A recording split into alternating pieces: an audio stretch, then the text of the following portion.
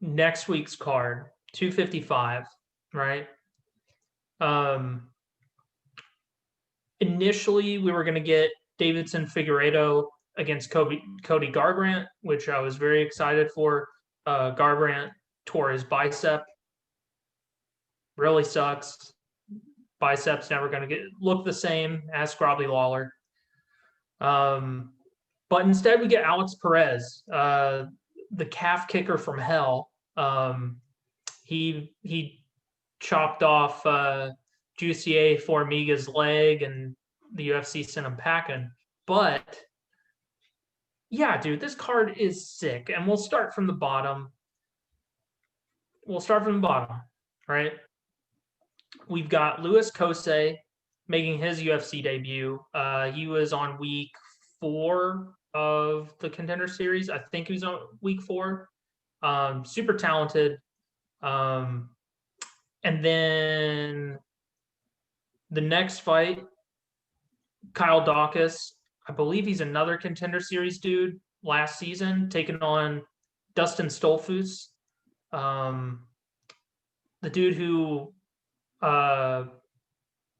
broke dude's arm with a takedown. Yeah. Alan Jouban taking on Jared Gooden. Yeah. It's just a lot of matchups that make my inner fight fan just do this. Nicholas Dalby versus Daniel Rodriguez. Yeah. Dude. What are some on here that stand out to you? Baby Shevchenko, Ariana Lipsky, that's a banger. The leader of my favorite knockouts of all time, Joaquin Buckley, is back again. Let's see what he's got. Brandon Moreno, who probably should be fighting in the main event. That's fun. Don't know why. Dude, Brandon Royval is so good. Yeah, he is so good. And then who I said just his name, but I mean it's right. I thought I messed up his name.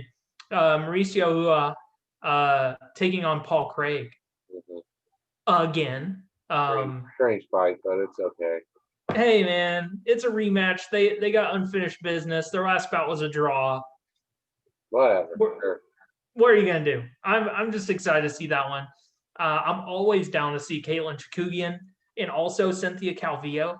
How do you see that one going?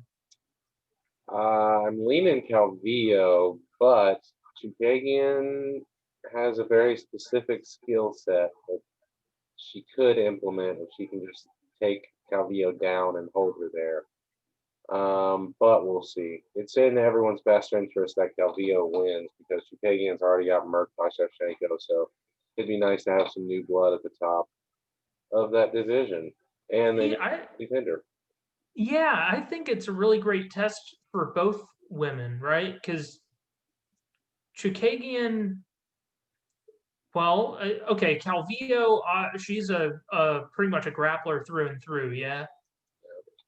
Yeah, and so Chookagian, if memory serves, has really great boxing.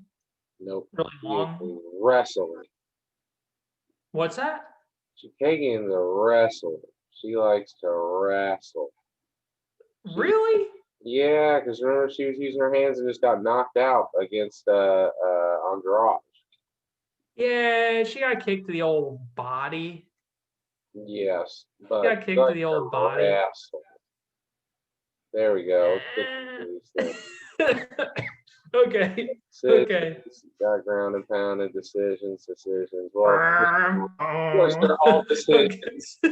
Okay. Well, you know, I always thought that her boxing was good too. But yeah, I guess you're right. All right.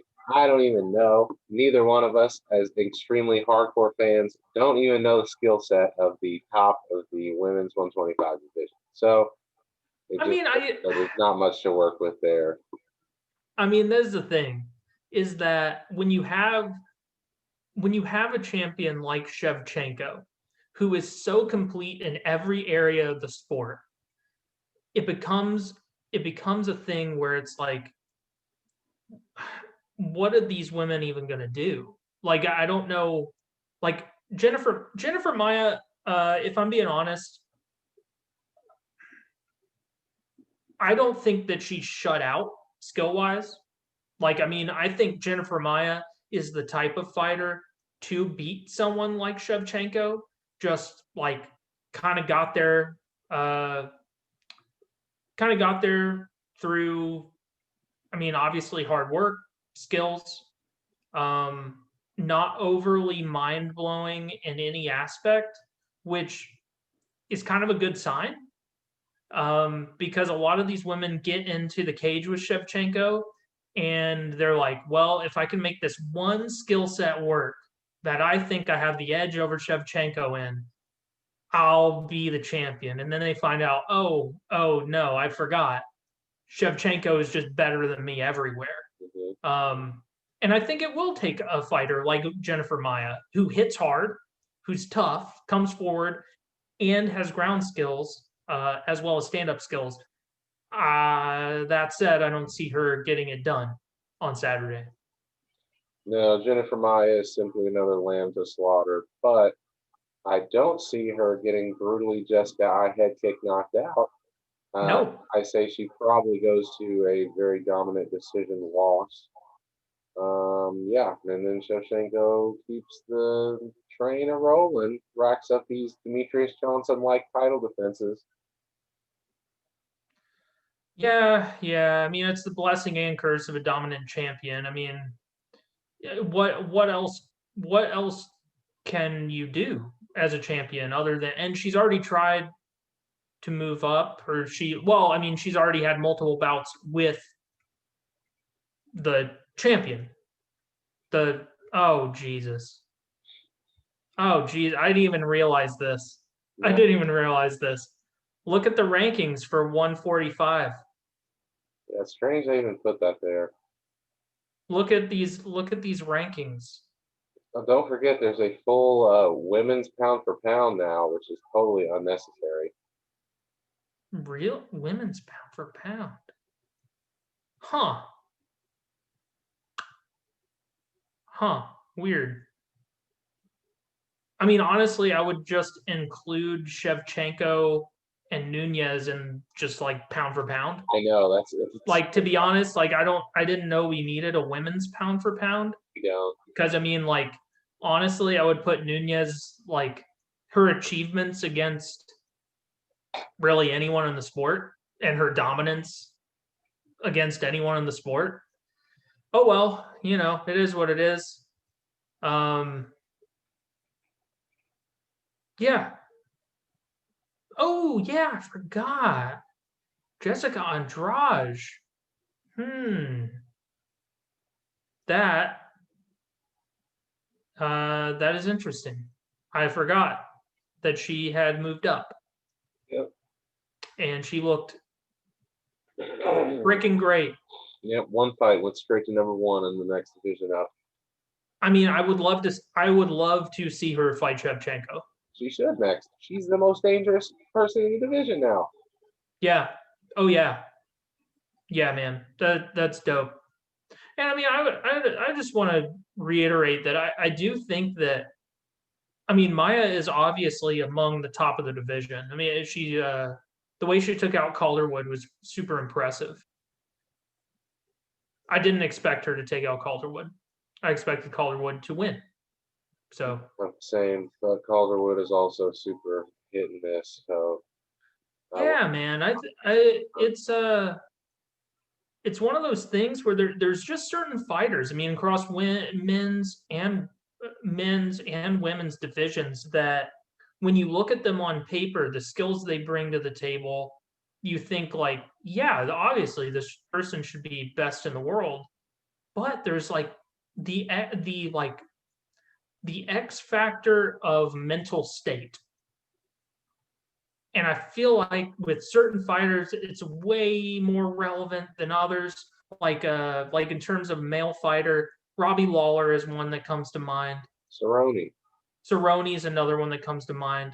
Rose Namajunas. Yep, Rose. I would include Joanne Calderwood. I would include Felice Herrig. I mean, it goes on and on, but it is really one of the biggest X factors in the sport, and it's one that's super hard to accommodate for when you're trying to make predictions. It's yeah, man, it's the consistency thing.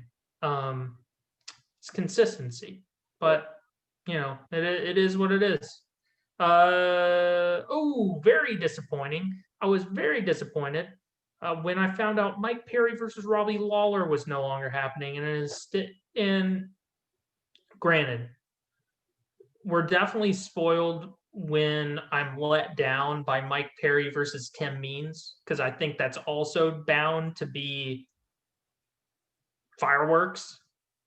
But still, I'm disappointed Robbie Lawler is no longer throwing down with Mike Perry. It's true, but I predict Tim Means to be a much more violent fight than the old lost 5 in a row Robbie Lawler fight was going to be. Because that I predicted Robbie Lawler to lose a 3-round decision. Him and Mike Perry just kind of throwing hands. But I think Tim Means could knock Mike Perry dead, or Mike Perry. I don't know. Mike Perry's looked super flat recently. Probably because he's got a pregnant baby mama training him. But I mean, he couldn't even finish Mickey Gall. He had that decision over Mickey Gall. His last fight was just kind of like, okay. So I don't know where he's at. But Tim Means is a violent man who typically either knocks out or gets knocked out. So that's gonna be crazy. But yeah, once again, Mike Perry, his corner is going to be pregnant girlfriend and like his friend. So we'll see. Yeah, man, Mike Perry. Um,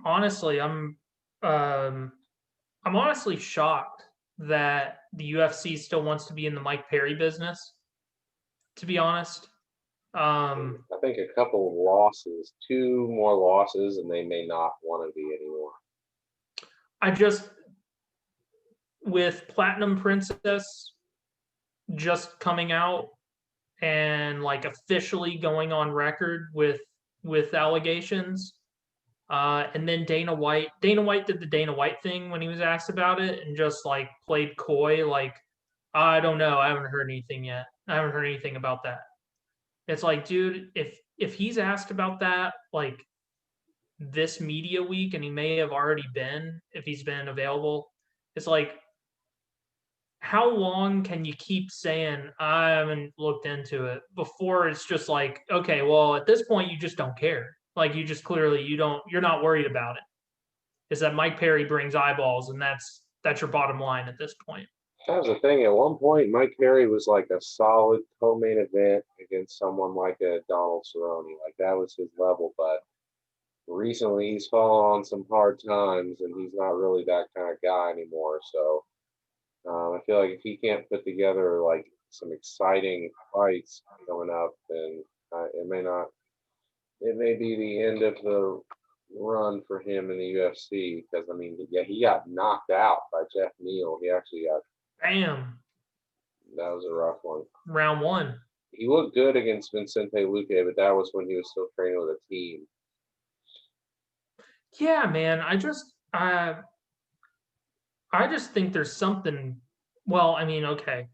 Before before his recent um before his recent run-ins with the law and his ex-girlfriend and all that, we already knew Mike Perry was different mentally, but the things he's been doing honestly make me think of like War Machine.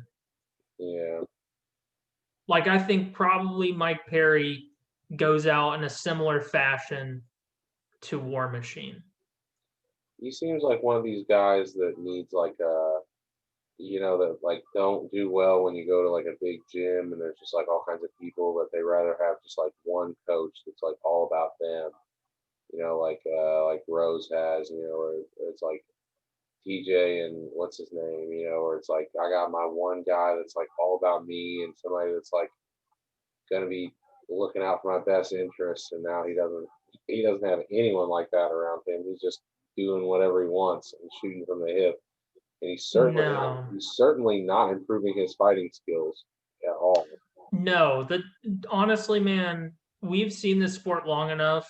The people, the people that talk about that and do that, they're either some of the greatest fighters ever, a la DJ, right? Mighty Mouse, That was a better example, yeah. or they are total pieces of shit. Yeah, I mean, it's not like, yeah, you have like the people who build like a super gym around them, and then because they want to be good, or you have the people that build a team around themselves because ain't nobody loyal. hmm Like it's one or the other.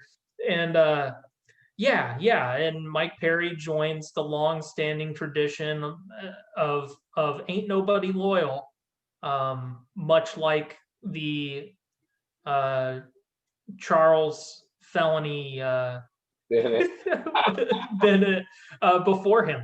You know, yeah. So it is what it is. Mike Perry's got issues, and he's got real issues in Tim Means, who ain't no Mickey Gall. Let's just say that. Tim Means is 32-12-1 and seen his share of mean men, right? It's but actually, you know what? One thing that kind of surprises me about Mike Perry is that he competes in jiu-jitsu Well, and wins. he does submission underground at the tail on them. Well, yeah, I mean, submission underground, he's not able to like smash people in the head, so you figure it wouldn't appeal to him. But he does okay. Yeah. Yeah, let's take a look. And let's see who you got in the main event. I will be honest with you. Before this new fight got announced, I was aware of Alex Perez from him being on the Contender Series, but I hadn't been paying attention to him. So I remember the fight of him chopping off little boy's leg, but before that, I missed between him coming on the Contender Series and then becoming a number one contender. So with that knowledge, I'm predicting him to get knocked dead by Deiveson Figueiredo, because this is the information that I have in my head, is that Figueiredo knocks people, murks people out.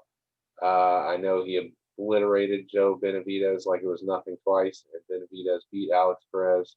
So, He beat Alex Perez twice in one fight. Yeah. So I'm going to go with Figueiredo in that. Yeah, man.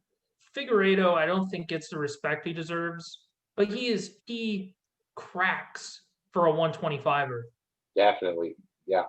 Yeah. But I mean, to be fair, Alex Perez does too, man. Alex Perez, it just is one of those things where Alex Perez is strong is also where Figueiredo is strong. Yeah. And I think judging by, I mean, when we predict fights or we kind of, try and game out who is going to win, we can only go by the data we have.